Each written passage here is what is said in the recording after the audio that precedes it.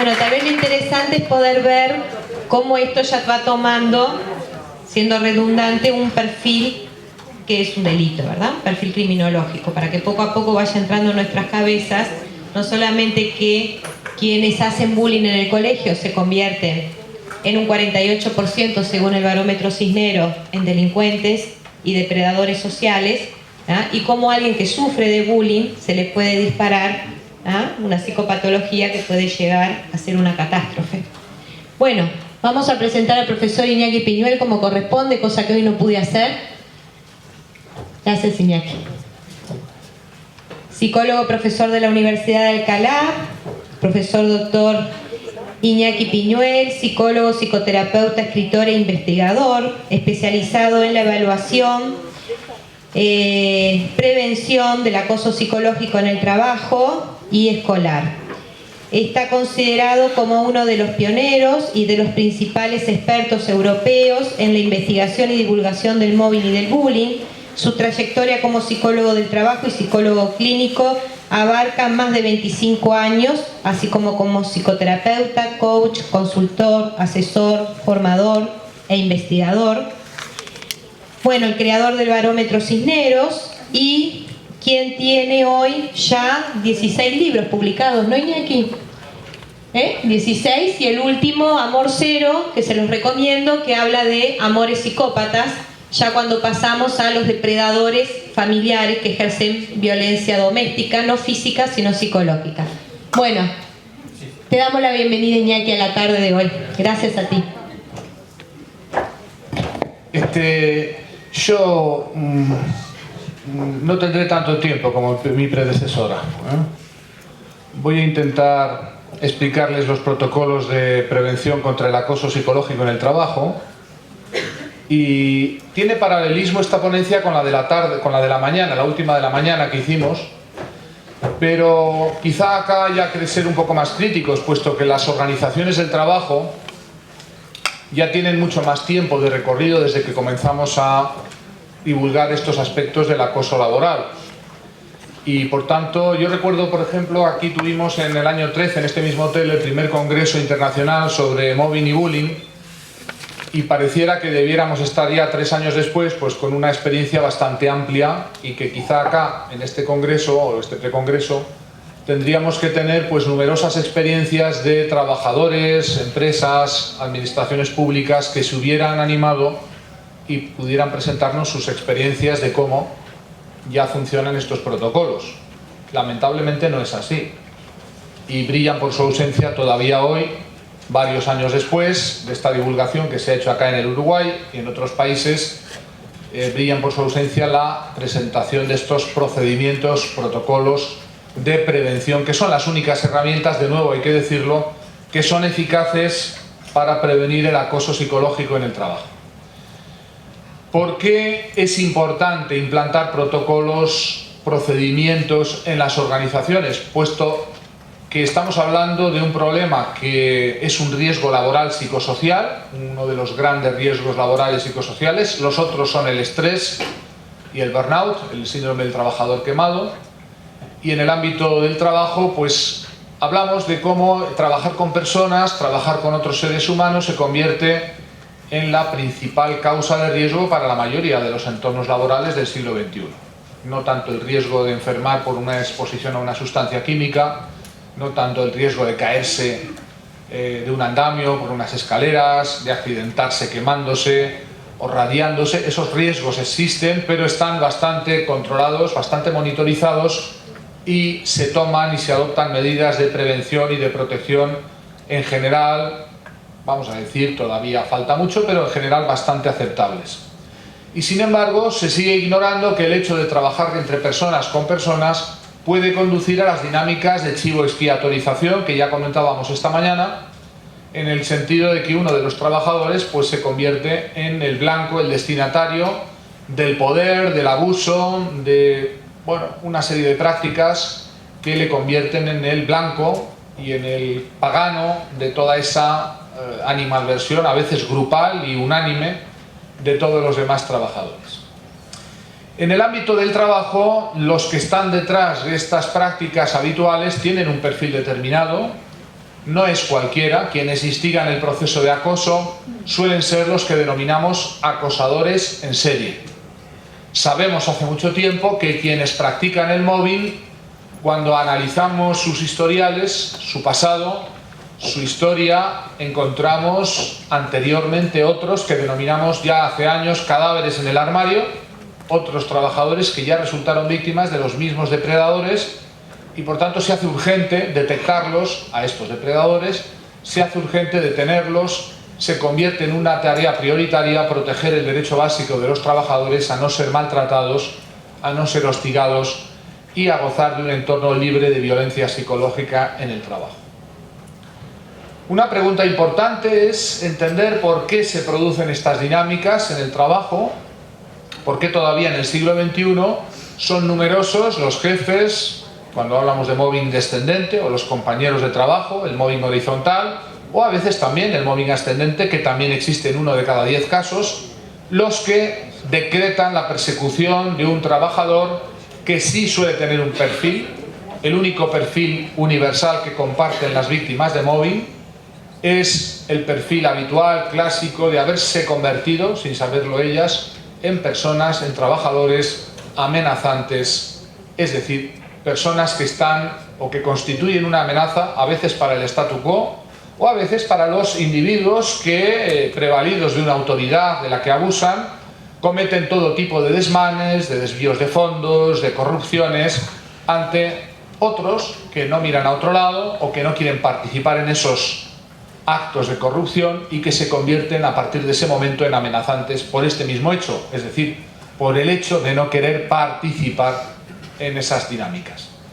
Estamos hablando, por tanto, de que a la organización le interesa detectar estos individuos, le interesa conocer quiénes son, le interesa detener estas dinámicas, le interesa porque además de todo ello, además de saber quiénes son los que depredan, es decir, quiénes son los agresores, también sabemos desde hace mucho tiempo que aquellos que resultan víctimas de mobbing suelen ser los mejores entre los recursos humanos, los mejores de entre los trabajadores, los más capaces, son los que resultan amenazantes para los más mediocres, los más honestos son los que resultan amenazantes para los más corruptos, los que dicen lo que es en lugar de lo que conviene decir, en lugar de lo políticamente correcto, son los amenazantes para los que simulan o pasan por decir lo que conviene decir, pero no lo que es verdadero. Es decir, hablamos de preservar lo mejor del capital intelectual humano de las organizaciones, es decir, las víctimas de mobbing. Parece un poco propagandístico decir que los trabajadores que sufren acoso suelen ser los mejores entre los trabajadores, pero es una realidad. Es una realidad que hay que reivindicar y que hay que recordar siempre que hablamos de estos protocolos, en el sentido de decir que a quien le interesa más, sobre todo, ante todo, desarrollar estos procedimientos, es a una organización que tuviera interés en preservar lo mejor de su capital intelectual humano. Y no es simplemente un deber de justicia o un deber legal, es además una actuación inteligente desde el momento en que se conoce qué tipo de trabajadores, qué tipo de profesionales suelen ser perseguidos, suelen ser víctimas de la envidia, de la animadversión, de la persecución de otros jefes o compañeros que se sientan amenazados muy frecuentemente por un buen hacer, por una buena práctica profesional. De ahí que yo digo que la lucha o la protocolización de los casos de mobbing es, además de una obligación moral y legal y ética, sobre todo una actuación inteligente desde el punto de vista de una empresa, de una organización que quiera sobrevivir, que quiera ser cada vez más competitiva y que quiera preservar a los mejores de entre sus trabajadores.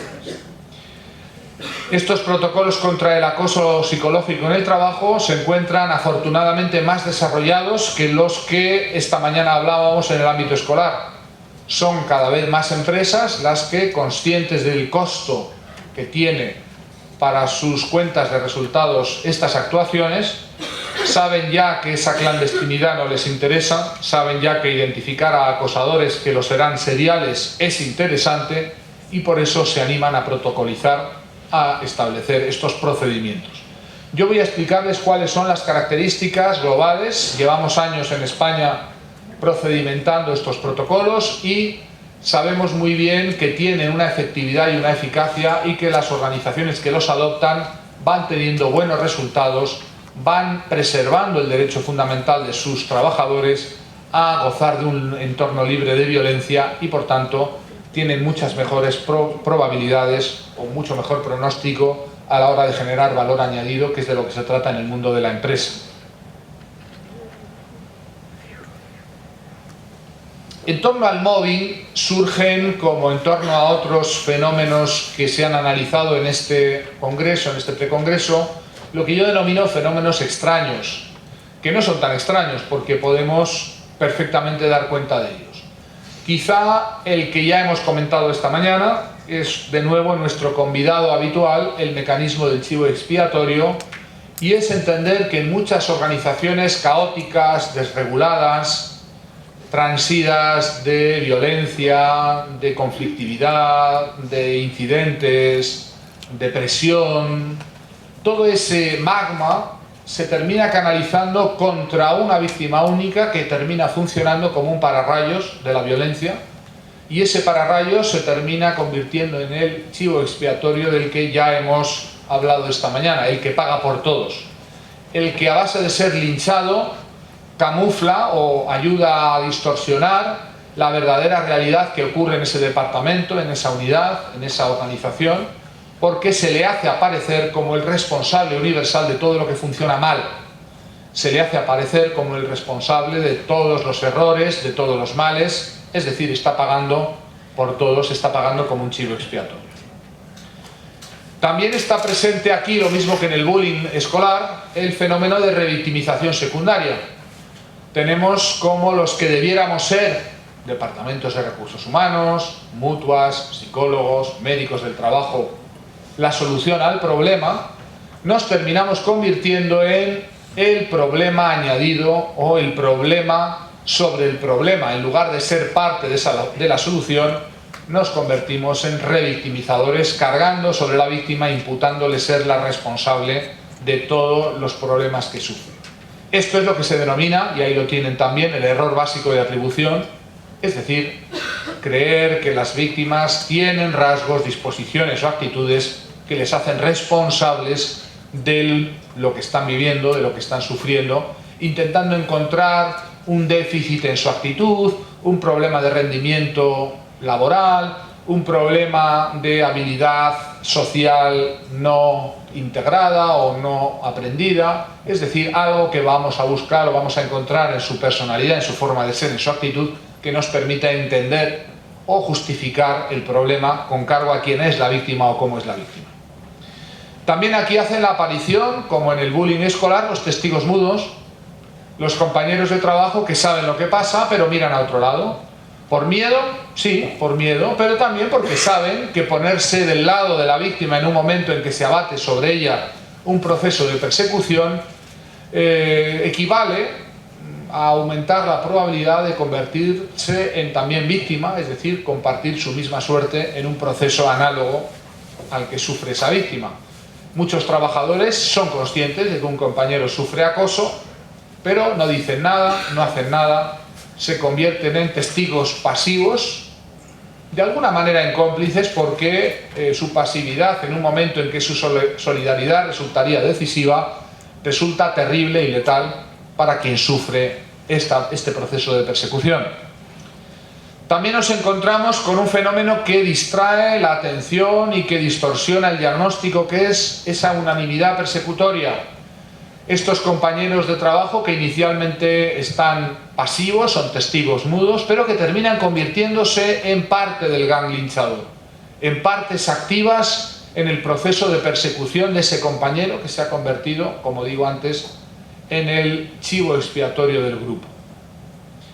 Otro fenómeno extraño pero habitual, que no se entiende, es cómo a veces el que instiga el proceso de acoso contra una víctima se presenta ante el mundo entero como la víctima de su víctima. Es decir, la inversión de la causalidad, y muchas veces no es raro encontrarnos en la empresa como el que resulta hostigador, acosador, como lo quieran denominar, el que persigue o instiga el proceso de persecución, se declara víctima de su propia víctima, intentando invertir y revertir la flecha de la causalidad.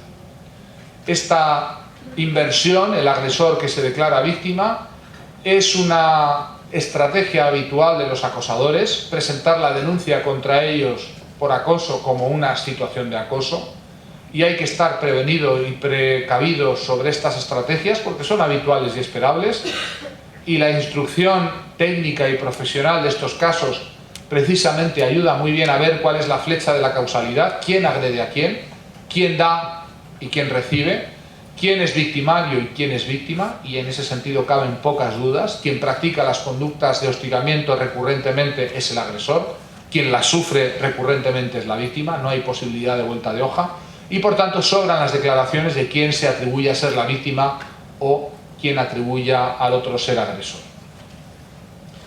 Los cadáveres en el armario, que es un fenómeno que yo investigué hace años, me sorprendía mucho encontrar cómo allá donde encontrábamos casos de acoso en el trabajo, levantábamos las alfombras, abríamos los armarios y ¿qué nos encontrábamos? Otros casos anteriores de acoso laboral que habían sucedido en los mismos entornos y como por casualidad tenían por victimarios a los mismos agresores. Es decir, sabemos que este es un proceso que si no se detiene tiende a repetirse.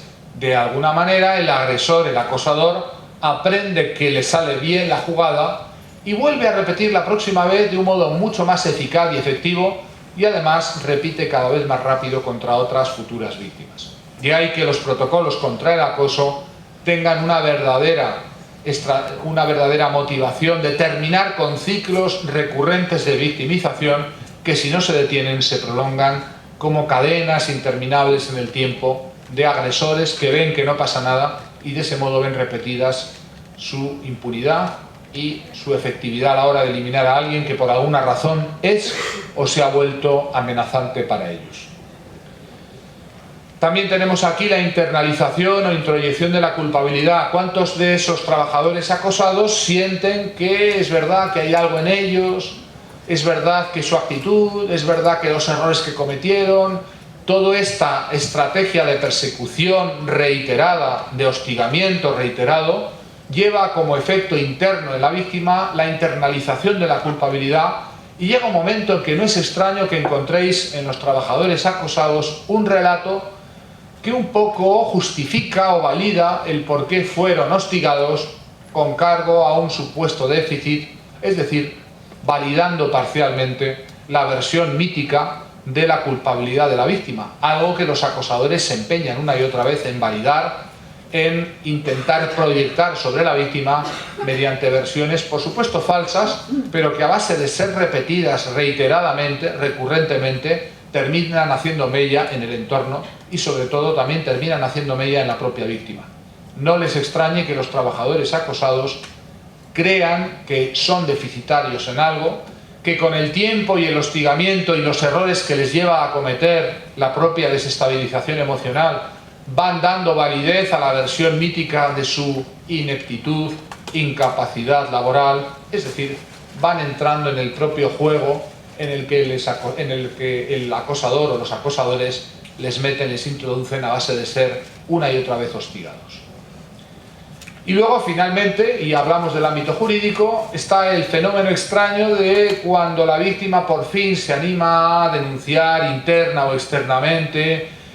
Internamente, si no hay protocolos, pero puede haber departamentos de recursos humanos, departamentos de personal, ante, por supuesto, la judicatura, que nos encontramos, bueno, pues una situación verdaderamente imposible donde la propia denuncia del trabajador acosado obra el milagro de la alineación de toda la empresa, de toda la organización del lado del acosador, con lo cual se convierte en una situación imposible de gestionar o una situación de desequilibrio total de fuerzas donde la víctima se encuentra absolutamente sola frente a la inmensa capacidad, mucho mayor que siempre tiene la organización o la administración pública, con sus medios, con sus recursos, con sus medios económicos también, y sobre todo con el miedo que atenaza a las víctimas de ponerse del lado, en este caso, a los testigos, perdón, de ponerse del lado de las víctimas. El mobbing no es un conflicto Hay que repetir una vez más que estamos ante un proceso de victimización. El acoso psicológico no es un conflicto entre dos partes, y de ahí que las herramientas de mediación que frecuentemente se proponen son revictimizadoras y hay que descartarlas de inmediato. No es la mediación, puesto que no estamos ante un conflicto, es la protección efectiva del derecho fundamental de todo trabajador a recibir ayuda, apoyo, cuando se ve perseguido, hostigado, acosado por algún compañero, por algún jefe en su entorno de trabajo. Los conflictos son parte de la vida laboral, deben ser resueltos, se puede mediar sobre ellos, pero ya cuando hablamos de un proceso donde una parte quiere destruir a la otra para resolver un supuesto conflicto, eso ya ha dejado de ser un conflicto y nos encontramos ante un proceso de victimización, ante un proceso donde una parte no quiere alcanzar un objetivo legítimo, quiere alcanzar un objetivo completamente ilegítimo, que es la destrucción de la otra parte, y a veces quiere sí terminar con el conflicto, pero a base de terminar con la otra parte del conflicto. El entorno de trabajo, lo mismo que vimos esta mañana, el entorno escolar, es un entorno inescapable. Y de ahí que cuando un trabajador se ve obligado a ir a trabajar una y otra vez cada día, sabedor de lo que le espera en el trabajo, es decir, conocedor de que le van a hostigar, de que van a machacarlo, que lo van a perseguir de mil maneras, que van a monitorizar perversamente su trabajo, que van a estar atentos a encontrar cualquier error, cualquier nimiedad, cualquier pequeño detalle para intentar meterse con la calidad de su trabajo o incluso intentar derribar el propio puesto de trabajo de la víctima, esa situación de inescapabilidad, esa ratonera, se convierte en el medio donde se desarrolla este fenómeno psicológico que ya investigó el doctor Seligman en los años 70 y que él denominó indefensión aprendida. La indefensión aprendida, esa indefensión se aprende a base de ser hostigado, violentado, a base de recibir estimulación agresiva, adversa, en un entorno donde uno ni puede huir, ni puede devolver la agresión, ni puede evitarla, de tal manera que lo único que le queda es someterse a ella, esperarla y descontarla con el tiempo, es decir, anticiparla, generando todo tipo de problemas de ansiedad. La indefensión aprendida, dicho sea de paso, es el objetivo que todos los terapeutas que nos dedicamos a rehabilitar a las víctimas de mobbing tenemos en mente cuando trabajamos con una víctima. No es tanto muchas veces sacarla de un entorno hostil, lo cual escapa a nuestras posibilidades, sino ayudarla a romper la indefensión, a romper esa sensación que tiene la víctima de que no hay nada que pueda hacer para escapar, enfrentar o evitar el hostigamiento, convertirla en protagonista de su propia salida, convertirla en protagonista de su propia reclamación de apoyo, de ayuda de la organización, porque, por supuesto, esta organización debe ser la primera en prestar esa ayuda, ese apoyo mediante los procedimientos que vamos a describir ahora.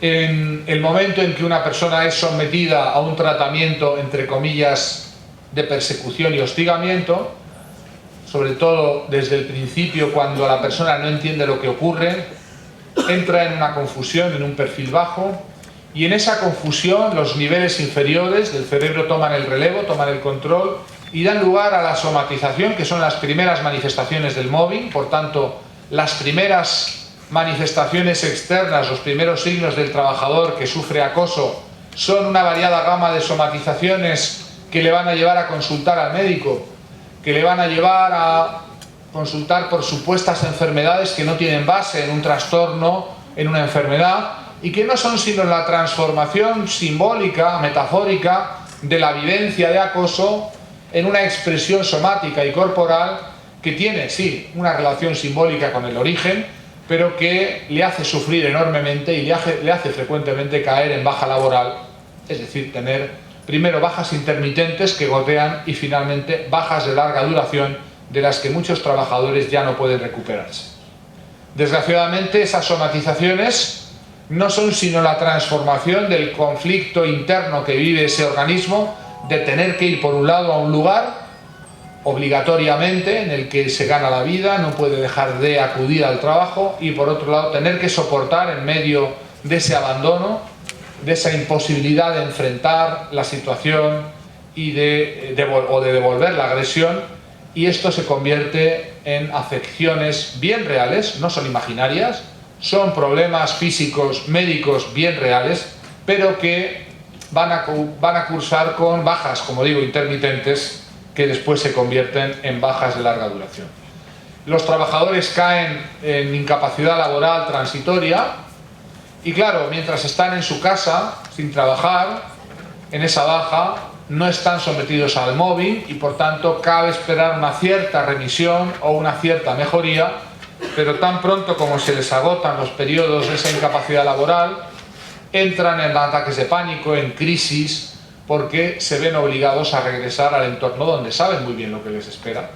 Y, por tanto, la crisis de pánico habitual es cuando el trabajador finalmente se ve obligado a regresar al entorno donde, como no se ha hecho nada en su baja laboral, como no se ha detenido la actuación hostil, se va a repetir, y esto lo sabe muy bien el trabajador, sobre todo su organismo, y le lleva a reaccionar extraordinariamente. Ahí es cuando tenemos las grandes crisis de pánico, los ataques de ansiedad que presiden tantísimos regresos de las víctimas después de periodos de larga duración de baja.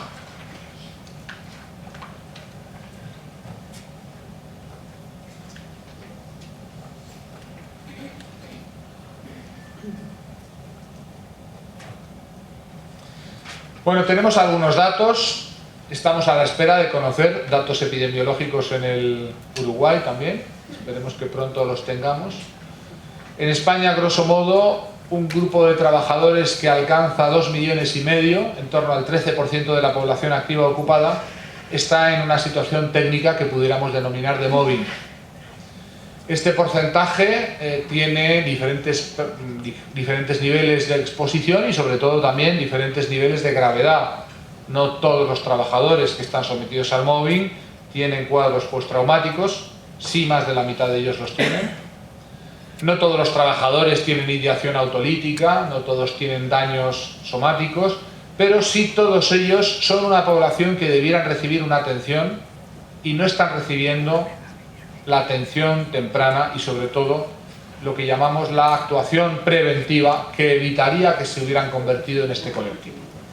Todavía hoy, en muchos lugares de trabajo, imagino que esto es así también en el Uruguay y en los países del entorno, muchos trabajadores creen o estiman, incorrectamente, claro, pero creen o estiman que está en el sueldo, en el salario, que va en el trabajo el ser ridiculizado, humillado, coaccionado, amenazado, maltratado verbal y moralmente por quienes los emplean, a veces empleadores, por sus jefes jerárquicos también, o por sus compañeros de trabajo, el mobbing horizontal.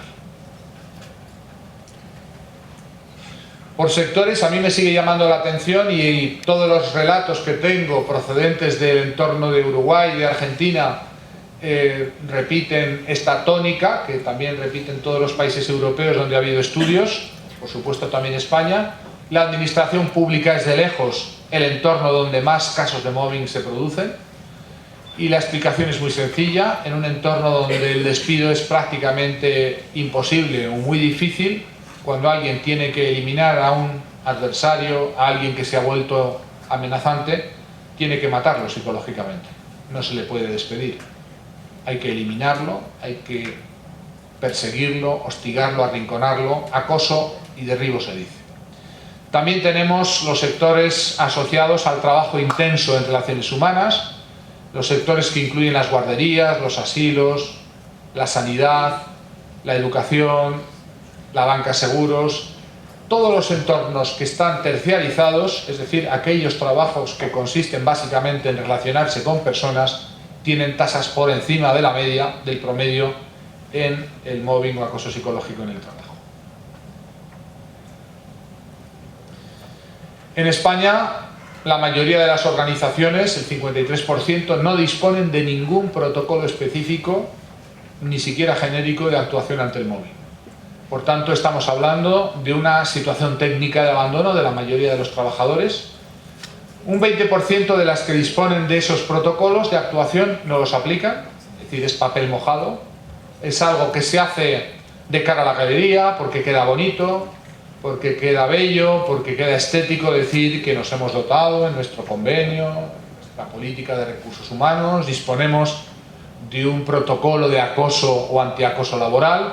Recuerdo una universidad que se jactaba de tener un protocolo anti-mobbing porque en uno de los artículos de sus estatutos decía que la universidad aquella se declaraba contraria al mobbing, punto y final.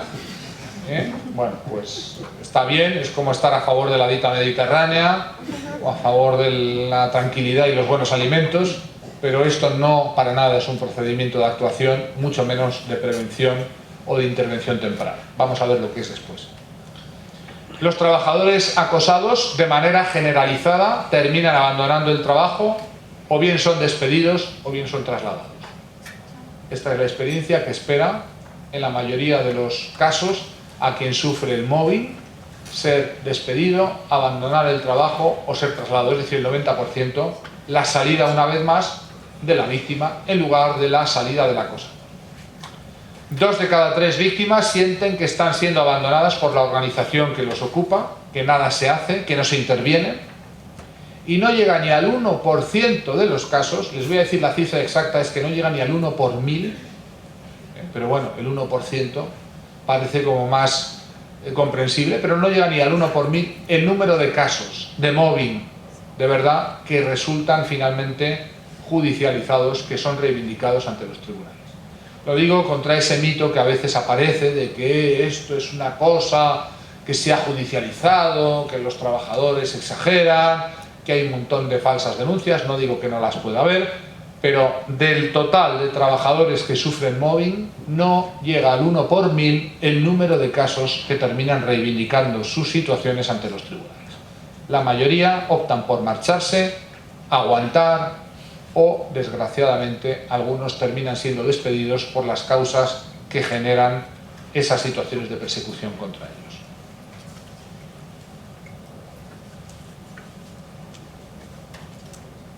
Bueno, aquí tenemos las estrategias de los trabajadores que sufren mobbing. Verán que es una mala noticia también, o una mala práctica organizativa. La mayoría de ellos o no hacen nada, o hablan con algún compañero, o se callan. No estamos ante una práctica generalizada donde los trabajadores saben que tienen derecho, lo reivindican o ejercitan ese derecho. Y yo entiendo muy bien por qué ocurre esto, porque los procedimientos que supuestamente existen, piensen que en España, por ejemplo, sí disponemos de leyes anti-mobbing. El Código Penal desde el año 2010 recoge el artículo 173 y 174 con figuras que penalizan el mobbing como un delito penal, pero otra cosa es cuando alguien se atreve a reivindicar dentro de una empresa o de una administración pública su derecho a no ser maltratado. Vamos con los protocolos antiacoso, que es de lo que se trata cuando se trata de erradicar este fenómeno. ¿Y cuáles son los principios rectores de los procedimientos que tienen éxito a la hora de establecer esa política preventiva?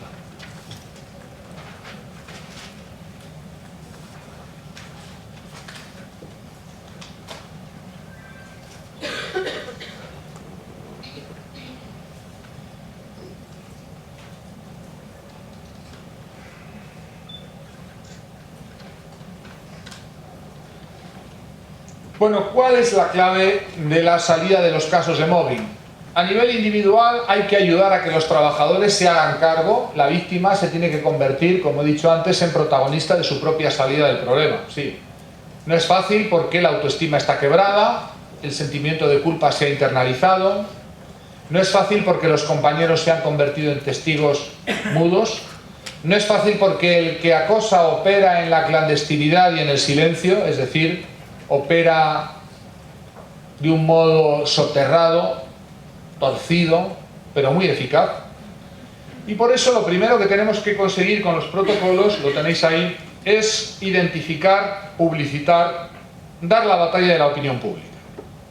Es decir, los casos de mobbing deben dejar de ser clandestinos, y para que dejen de ser clandestinos, los trabajadores que lo sufren deben poder entender y tener la seguridad de que es mejor denunciar, quejarse, plantear el caso para su instrucción, que seguir soportando en el silencio y en la clandestinidad esa situación de persecución. Cuando los protocolos anti-mobbing incurren en prácticas como el hecho de llegar a denunciar a los que denuncien, si resulta que finalmente su denuncia no va al final como falsa denuncia, esto es un error que cometen muchos llamados así protocolos anti-mobbing, el que dicen que si al final la denuncia no resulta acreditada, se podrá perseguir al denunciante como falsa denuncia. Error flagrante que no hay que repetir y que yo les recomiendo no incorporen en sus procedimientos anti-mobbing.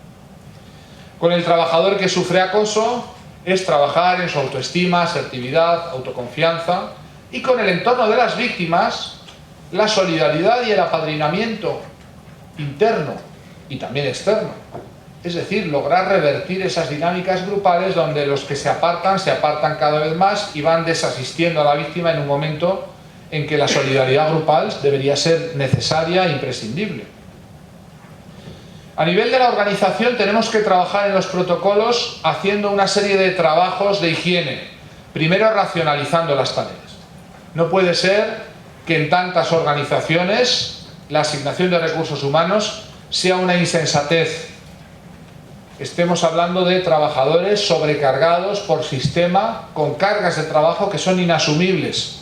Estoy pensando en tantos entornos sanitarios, donde médicos, enfermeras, trabajadores sanitarios están desbordados por una asignación de recursos humanos que es completamente irracional y que, cómo no, va a dar lugar a incidentes, a problemas que se van convirtiendo finalmente en conflictos, y que esos conflictos, sí, a partir de un momento determinado, se transforman en procesos de victimización contra los trabajadores más vulnerables. Una correcta asignación de recursos humanos y una formación también en liderazgo y management. No nos olvidemos que los principales acosadores, cuando son jefes, son mandos o directivos a la defensiva. Mandos o directivos que se defienden de su propia mediocridad a base de hostigar y de distraer la atención generando chivos expiatorios. Son mandos o directivos que saben perfectamente, y lo saben por intuición, que no hay mejor defensa que un buen ataque, que pueden defenderse de una mala gestión a base de asignar un culpable universal o de hacerlo aparecer como el culpable universal de los males que aquejan a una mala gestión. Contra la loca idea que en los países de habla española persiste de que el liderazgo o la capacidad de mando es un arte o es un rasgo que uno tiene, casi genético, hay que reivindicar que el liderazgo, la capacidad de dirigir equipos humanos, es una doctrina, es una tecnología que se aprende. Y por tanto hace falta capacitarse. Nadie se vuelve un buen jefe si no aprende a serlo.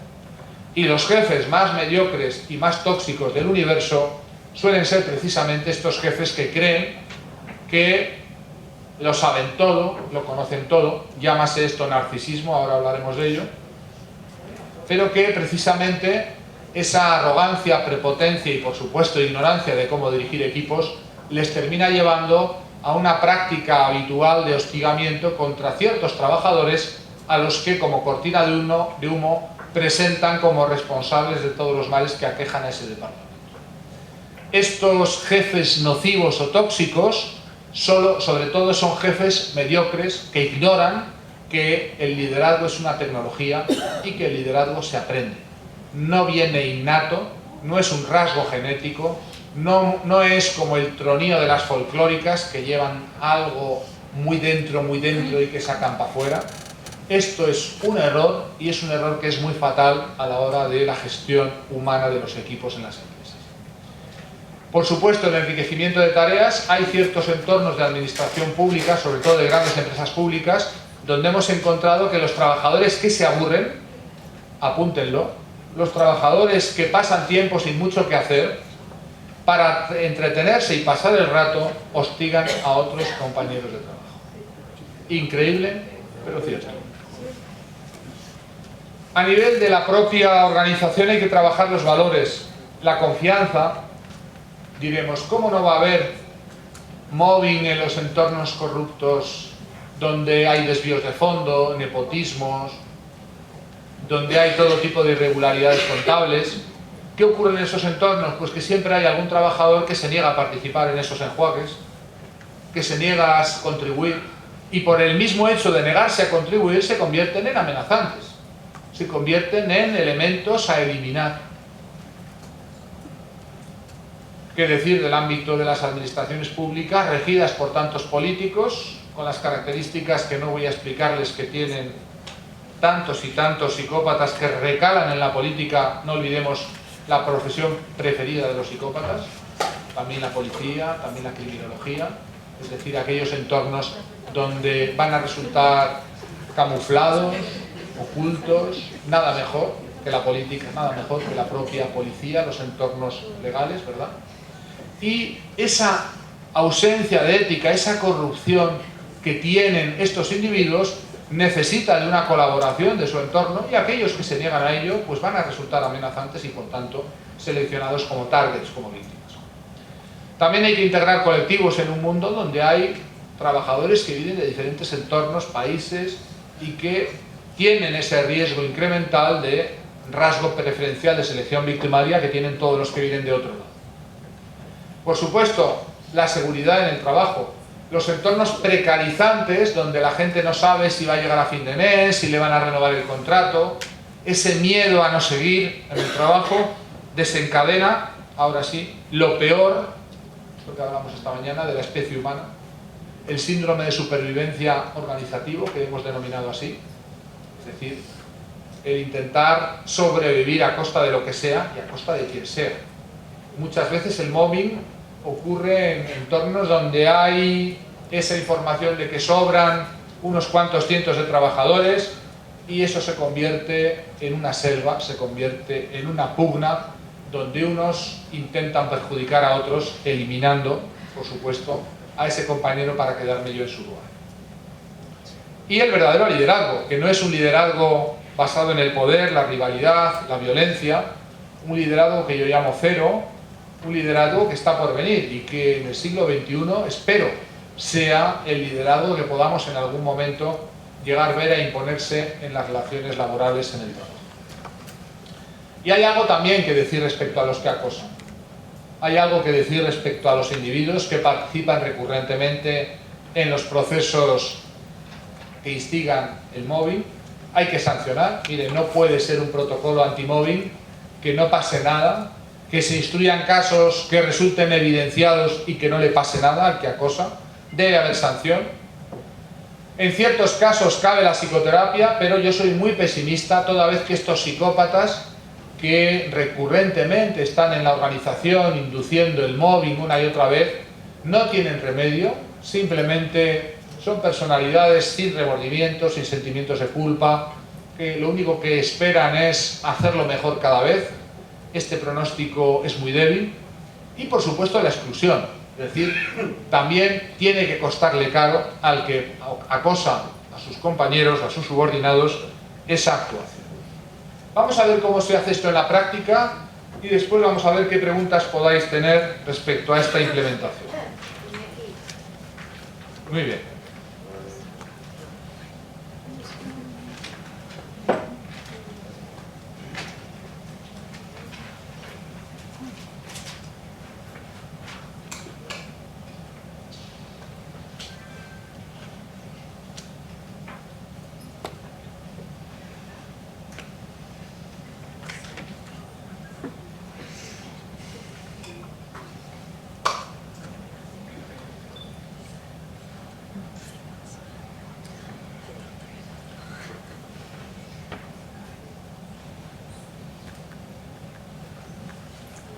Bueno, el principio rector de cualquiera de estas intervenciones es dejar claro que los trabajadores tienen derecho a ser tratados con consideración, dignidad y respeto. Bueno, evidente, ¿no? Parece evidente. Y no es tan evidente.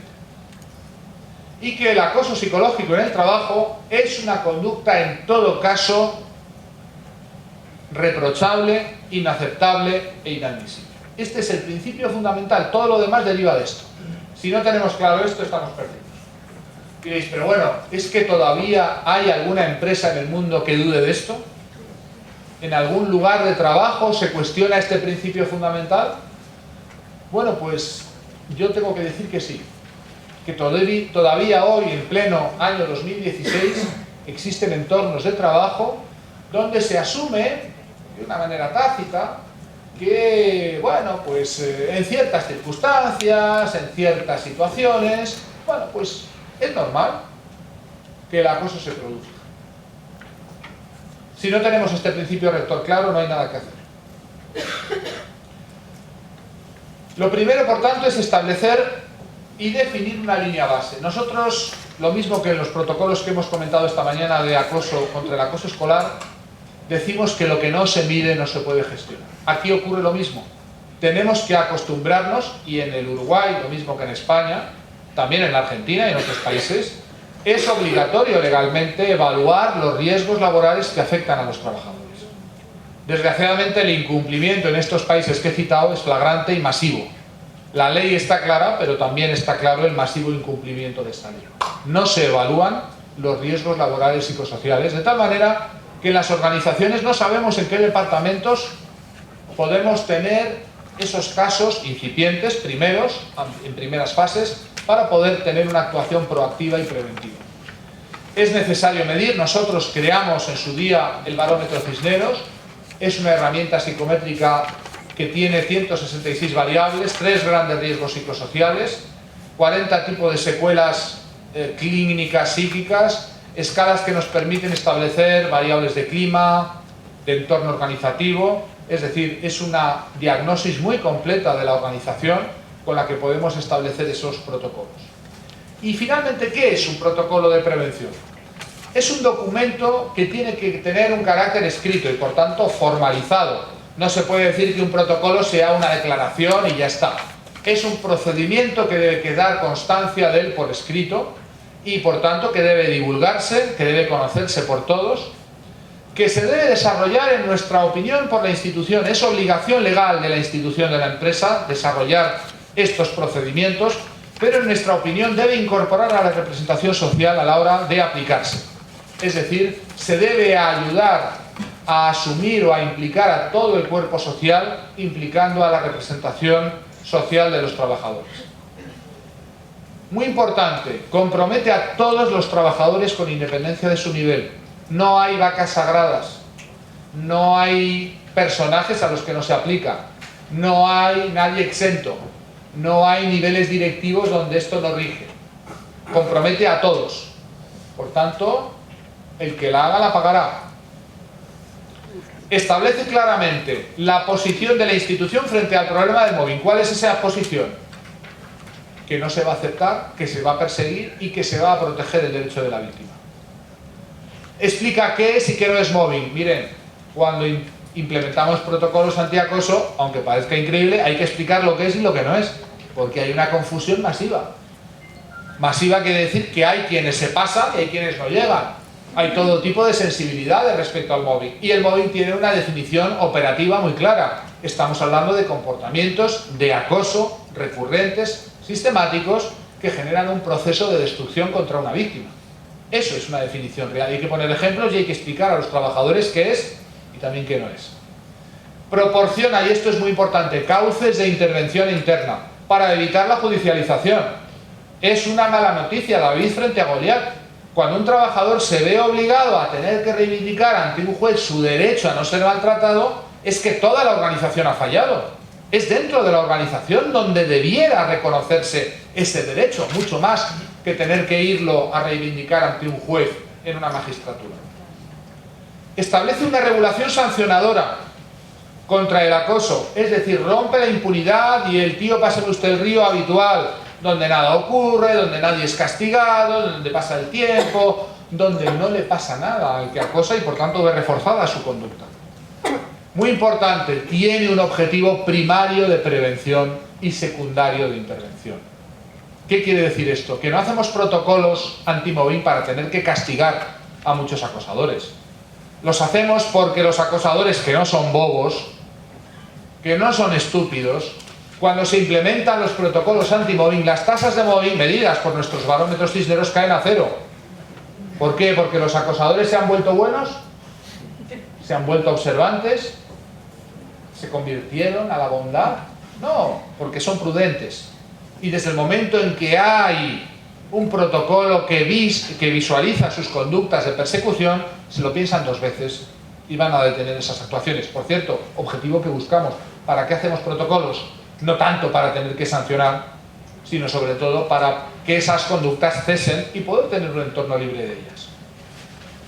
Desarrolla una obligación legal que tiene la organización para prevenir e intervenir ante casos. Claro, es la manifestación, la materialización de las legislaciones, las obligaciones, y por fin hay algo efectivo que se hace, que es establecer estos procedimientos. Muy importante es que asegura el derecho del denunciante a no ser perseguido por haber denunciado, faltaría más, pero también garantiza el derecho del denunciado, porque el procedimiento de intervención tiene garantías procesales para todas las partes. De todos los lados también hay derechos que tienen que respetarse y tienen que haber unos procedimientos establecidos ex ante, no inventarse, como ocurre también en el acoso escolar, a medida que ocurren los casos, inventarnos el procedimiento de intervención. Define de forma precisa un procedimiento de actuación y garantías procesales, como dice. Dejamos claros, por tanto, a todos los niveles que el mobbing es perseguible, es una falta grave de disciplina, y proporcionamos una declaración clara estableciendo de qué modo los trabajadores van a poder recibir ayuda internamente sin tener que judicializar el caso, plantear quejas. A mí no me gusta el término denuncia. Si alguno de ustedes quiere implementar protocolos anti-mobbing, eliminen la palabra denuncia, que es muy fuerte. Queja es una cosa que puede resultar al final verdadero o falso, y que las denuncias o quejas, en este caso, van a ser tratadas de un modo confidencial y serio por parte de la organización. Yo les animo a que, lo mismo que en los protocolos que esta mañana comenté antiacoso escolar, estos están más avanzados, los protocolos antimobbing laboral, pero todavía es una asignatura pendiente, desgraciadamente. Muchas empresas, grandes empresas que tienen medios y recursos para hacerlos, no lo hacen porque creen erróneamente que les va a ir peor, o que cuando implanten un protocolo se van a desencadenar miles de casos de acoso, no van a poder dar abasto. ¿Saben cuál es la realidad? En las empresas en las que se implantan estos protocolos, por la propia seguridad que quienes acosan buscan para ellos, las tasas de mobbing caen casi a cero, lo cual es el objetivo que buscamos. No tanto tener que castigar o sancionar o instruir, sino que tengamos entornos laborales libres del acoso psicológico. Y ya me callo.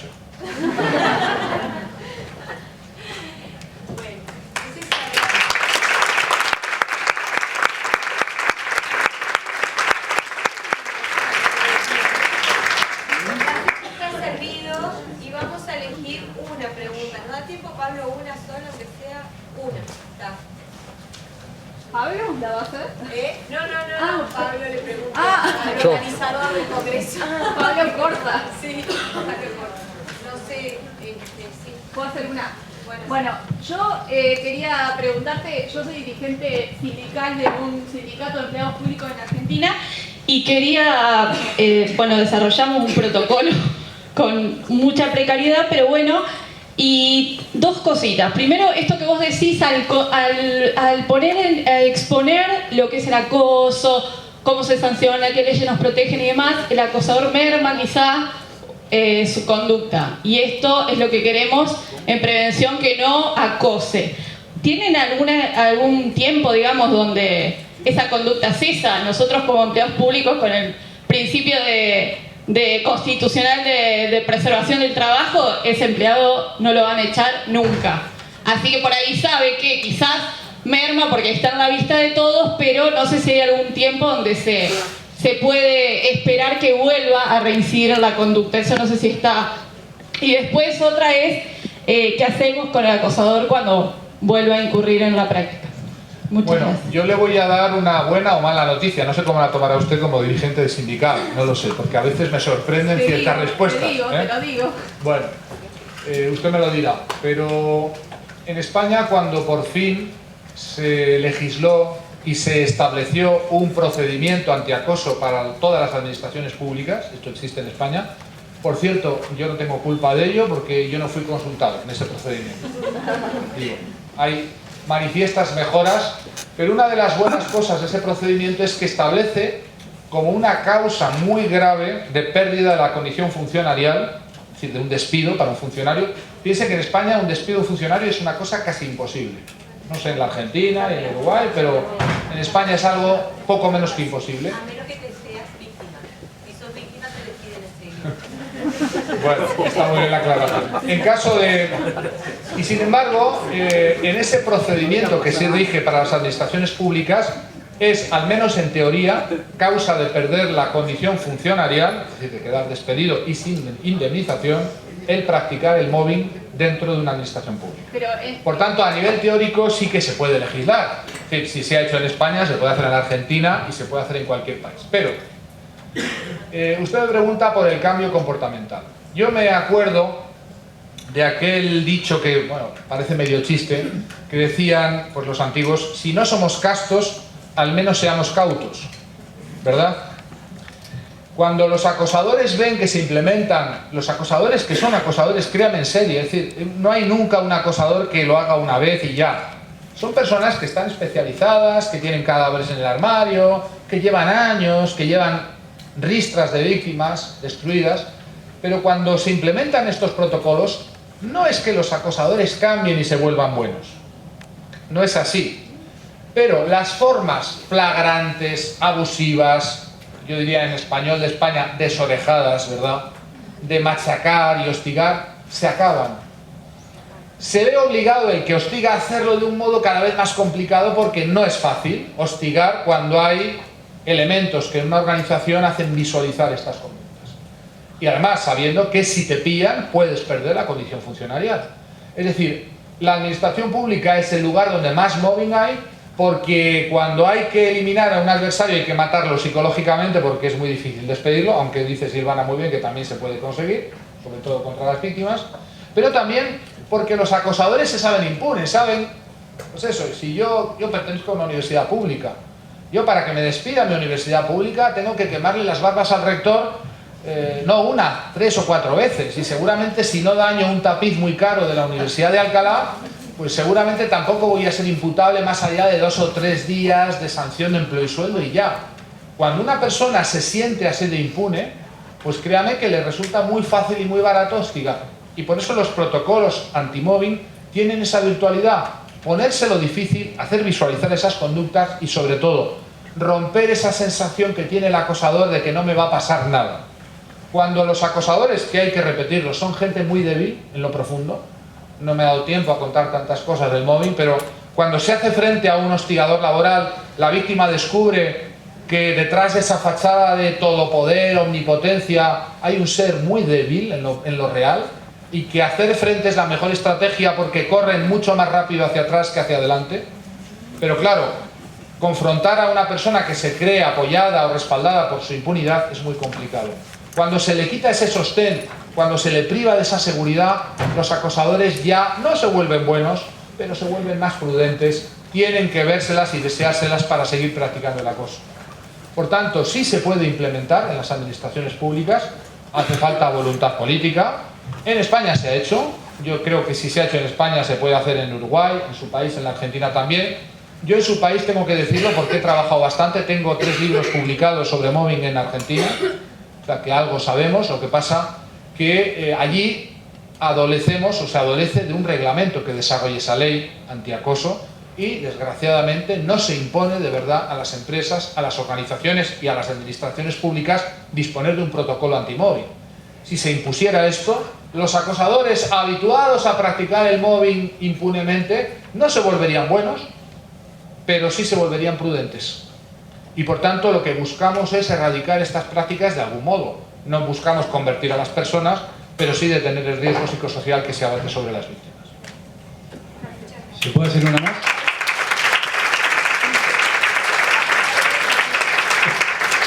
No, antes que nada, agradecerle, fue muy claro, muy preciso, y comentar o puntualizar determinada situación. Acá lo que se ve es la inversión, no son las instituciones las que promueven los protocolos antiacoso. Son los movimientos sindicales, judicial, bancario, que son los que generan los protocolos antiacoso. Sancionatorio bastante similar, gracias a Dios, bastante similar a lo que usted manifestaba recientemente, pero justamente la institución es la que bloquea la puesta en práctica. Lo que nosotros encontramos, yo tuve la fortuna de coordinar la comisión antiacoso del sindicato bancario, lo que pudimos hacer es generar dos escenarios. Uno en acuerdo con la patronal y trabajar en conjunto, y otro en desacuerdo con la patronal, donde hacemos la investigación y eventualmente orientamos al presunto acosado para que pueda dirigirse a determinados lugares, inspección de trabajo o eventualmente la judicialización del caso. Muy rápido, un minuto. Me alegro mucho que usted diga esto, porque yo les llevo diciendo 15 años a los sindicatos, especialmente a los españoles, con los que yo he trabajado, con todos ellos, los grandes, los pequeños, los medianos, los sectoriales, que forma parte de la estrategia sindical más avanzada del siglo XXI, plantear no tanto reivindicaciones salariales, que van hasta donde pueden llegar, y además cada vez menos, y sobre todo este tipo de reivindicaciones que de verdad producen un cambio en la calidad de vida de los trabajadores a los que ustedes representan. Si los sindicatos entendieran que esto es importante, mucho más importante en una negociación que una subida salarial, que a veces no va a ningún lado, o que otras cosas en las que se empeñan, iría mejor. Pero también voy a referirme a los empresarios, la patronal. Eso quiere decir que la práctica que usted comenta, que esas empresas o esa patronal no ha entendido que no es el mobbing enemigo de los resultados empresariales, todo lo contrario. Estamos en la implantación de protocolos antimobbing. Estamos hablando de que las empresas, cuando entienden lo que es de verdad este problema, son las primeras interesadas en instituir estos protocolos, porque entienden que les va la vida, la supervivencia en que estos climas laborales no sean degradados y deteriorados así. Y por tanto hay una doble labor catequética. Sí, los sindicatos tienen que trabajar esto internamente en sus estrategias sindicales, pero las empresas tienen que entender que esto no es una reivindicación de la parte social solamente, que les va la productividad, el rendimiento y el clima laboral si no establecen este tipo de procedimientos antiacoso y en general contra los riesgos laborales y psicosociales.